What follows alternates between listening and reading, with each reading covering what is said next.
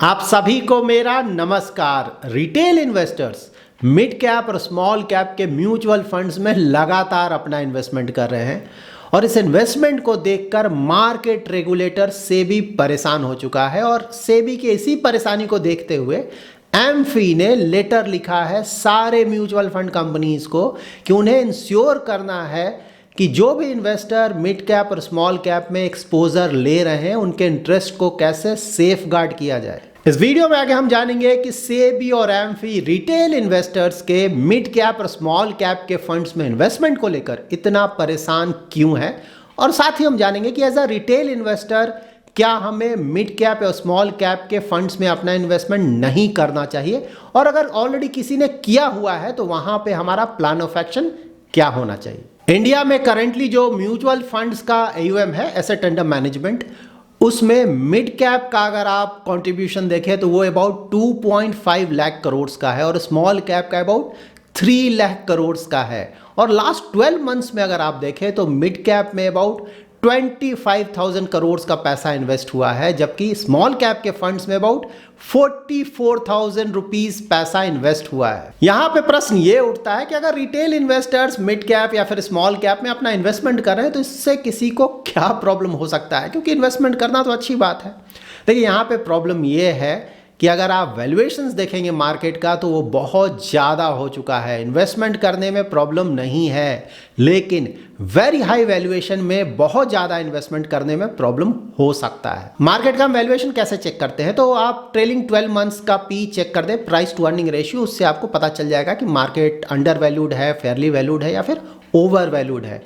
Currently अगर आप Nifty 50 का ट्रेलिंग पी देखेंगे तो कितना है वो 22.7। निफ्टी मिड कैप 150 इंडेक्स का ट्रेलिंग पी कितना है 27, और निफ्टी स्मॉल कैप 250 इंडेक्स का ट्रेलिंग पी कितना है 29 के आसपास।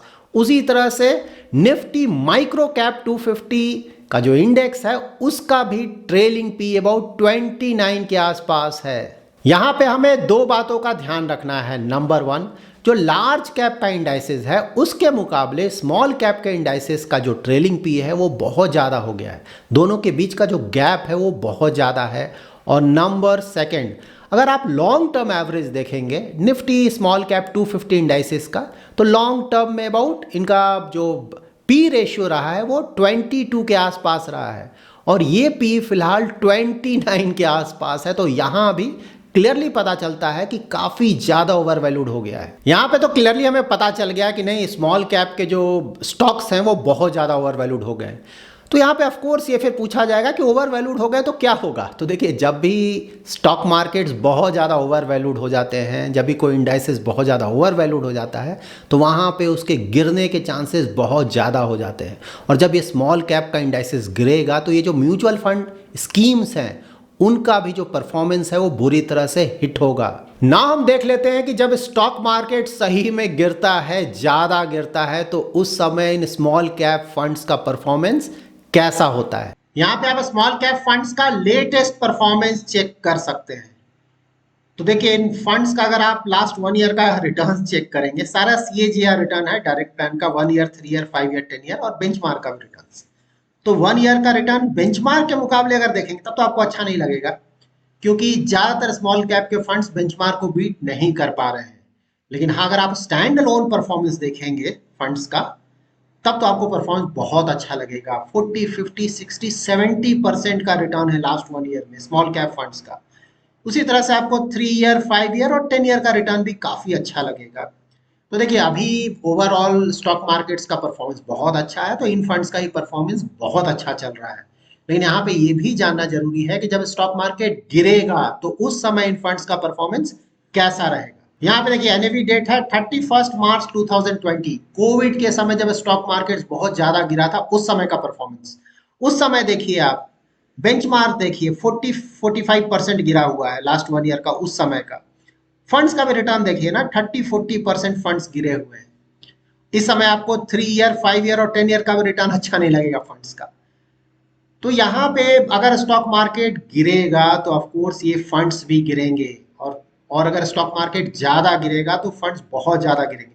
ऑफ कोर्स अभी कोई ऐसा सिचुएशन नहीं लगता है कि स्मॉल कैप का बेंचमार्क ना 30-40% गिर जाए, बट हाँ 10 to 15% जिस तरह का वैल्यूएशन है वहां से तो गिर सकता है। अगर बेंचमार्क उतना गिरता है तो स्मॉल कैप के फंड्स भी लगभग उतना गिर सकते हैं। यहाँ पे देखिए एनएवी डेट 31 दिसंबर 2019, ये कोविड से पहले का पीरियड है। इस समय भी देखिए ना बेंचमार्क का परफॉर्मेंस बिल्कुल भी अच्छा नहीं है, 7-8% सब गिरा हुआ है सारे।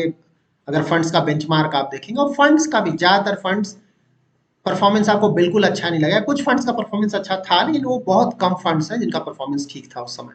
उसी तरह से 3 ईयर, 5 ईयर, 10 ईयर, यहाँ भी आपको परफॉर्मेंस अच्छा नहीं लगेगा।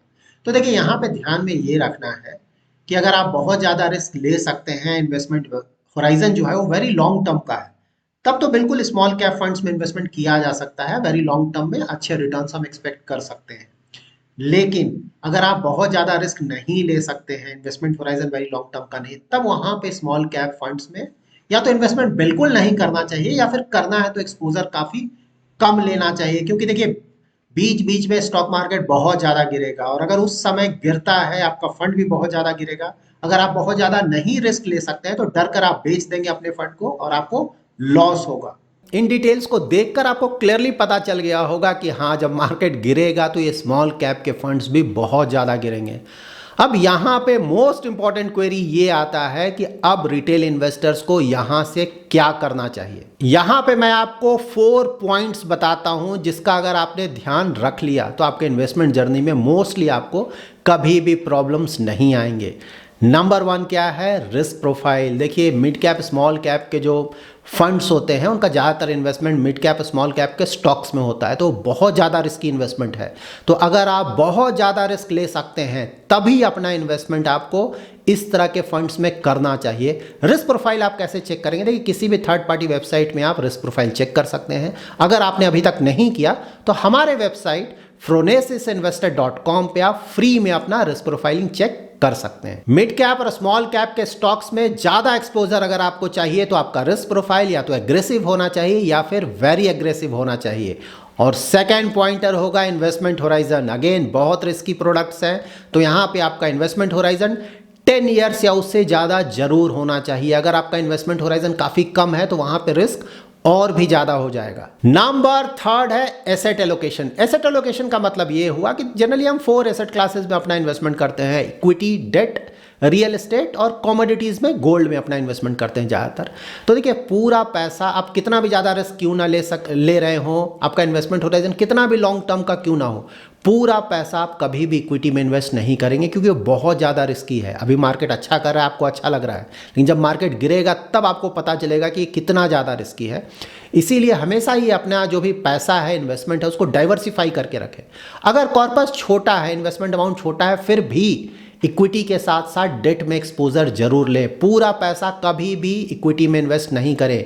कितना भी आप एग्रेसिव इन्वेस्टर हो, कितने भी लंबे टर्म का इन्वेस्टमेंट होराइजन हो, फिर भी 70 to 80% से ज़्यादा इक्विटी में कभी भी इन्वेस्टमेंट नहीं करें। और ऑफ कोर्स अगर आप रिस्क ज़्यादा नहीं लेना चाहते हैं, इन्वेस्टमेंट होराइजन भी कम है, तब तो ऑफ कोर्स इक्विटी में जो आपका एक्सपोजर होगा वो और भी कम होगा, काफ़ी कम होगा। नंबर 4 है मार्केट कैप एलोकेशन। देखिए मैं हमेशा आप लोगों को बोलता हूँ पूरा पैसा कभी भी मिड कैप स्मॉल कैप में इन्वेस्ट नहीं करें।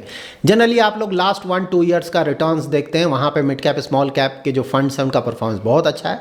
उसे देखकर आप ज़्यादातर पैसा, कुछ इन्वेस्टर्स तो 100% अपना इन्वेस्टमेंट स्मॉल कैप के फंड्स में करें। ये बिल्कुल भी सही नहीं है। जब ये गिरेगा उस समय आपको शायद ये समझ में आए, तो बिल्कुल इन्वेस्टमेंट करें। अगर आप बहुत ज़्यादा रिस्क ले सकते हैं, investment horizon very long term का है, तो बिल्कुल मिड कैप स्मॉल कैप में इन्वेस्टमेंट करें, लेकिन सोच समझ कर इन्वेस्टमेंट करें। पूरा इन्वेस्टमेंट नहीं कर दें। हमेशा ही large cap, mid cap, small cap में लोकेशन रखें, मिक्सअप करके करें। ऐसा नहीं कि लार्ज कैप को आपने पूरा जीरो कर दिया। लार्ज कैप में भी हमेशा ही अच्छा खासा एक्सपोजर हमें जरूर रखना चाहिए, और मिड कैप और स्मॉल कैप का जो एक्सपोजर है वो रिलेटिवली थोड़ा कम होना चाहिए। फिलहाल मिड कैप और स्मॉल कैप के इंडाइसेस बहुत ज़्यादा ओवर वैल्यूड हो गए हैं, इसीलिए हमें लमसम बिल्कुल अवॉइड करना चाहिए। मिड कैप और स्मॉल कैप के फंड्स में लमसम फिलहाल नहीं करना चाहिए। अगर किसी का छोटे अमाउंट का एसआईपी चल रहा है या फिर एसटीपी चल रहा है, उसमें ज़्यादा प्रॉब्लम नहीं होना चाहिए, लेकिन बड़े अमाउंट का लमसम बिल्कुल भी नहीं करें। यहाँ पे हमें ये भी ध्यान में रखना चाहिए कि वैसे इन्वेस्टर्स जिन्हें पैसे की ज़रूरत है नेक्स्ट फ्यू मंथ्स में या फिर नेक्स्ट 1 ईयर में, वैसे इन्वेस्टर्स को तो ऑफकोर्स अगर मिड कैप स्मॉल कैप में बहुत बड़ा एक्सपोजर है तो वहाँ से पैसा निकाल लेना चाहिए अगर नियर टर्म में रिक्वायरमेंट है तब। लेकिन अगर किसी इन्वेस्टर का इन्वेस्टमेंट होराइजन अभी भी वेरी लॉन्ग टर्म का है, नियर टर्म में पैसे की ज़रूरत नहीं है, वहाँ पे ऑफकोर्स इन्वेस्टमेंट कंटिन्यू किया जा सकता है। लेकिन हाँ, जो फ्यूचर इन्वेस्टमेंट है उसको लिमिट करें, बहुत ज़्यादा इन्वेस्टमेंट नहीं करें। साथ ही मेंटली आप प्रिपेयर्ड रहें कि अगर स्टॉक मार्केट यहाँ से 10 to 15% गिरता है लाइक आपके स्मॉल कैप के फंड्स, तो उसे आप झेल पाएंगे। यहाँ पे जो सबसे बड़ी बात है वो यही है कि देखिए लॉन्ग टर्म में बिल्कुल सही बात है, अगर कोई लॉन्ग टर्म तक बना रहेगा तो रिटर्न्स अच्छे आते हैं। लेकिन हाँ, लॉन्ग टर्म तक बने रहिएगा तब। कई बार ऐसा होता है कि जब मार्केट गिरता है तो लोग डर कर बीच से भाग जाते हैं। तो यहाँ पे मेंटली हमें प्रिपेयर्ड होना चाहिए कि अगर जो स्मॉल कैप के फंड्स हैं अगर 10 to 15% गिरते हैं तो हम डर कर भागेंगे नहीं, टिके रहेंगे ताकि लॉन्ग टर्म में अच्छे रिटर्न्स मिल सके। So that's it in this video. अगर आपका कोई इन्वेस्टमेंट रिलेटेड क्वेरी है तो एवरी सैटरडे शाम को मैं 7:30 to 8:30 PM यूट्यूब पे लाइव आता हूँ, वहाँ पे आप अपना क्वेरी पूछ सकते हैं। अगर आपको ये वीडियो पसंद आया है तो ज़रूर लाइक एंड शेयर करें, और अगर अभी तक आपने हमारा यूट्यूब चैनल सब्सक्राइब नहीं किया है तो ज़रूर सब्सक्राइब करें। Thanks lot for watching.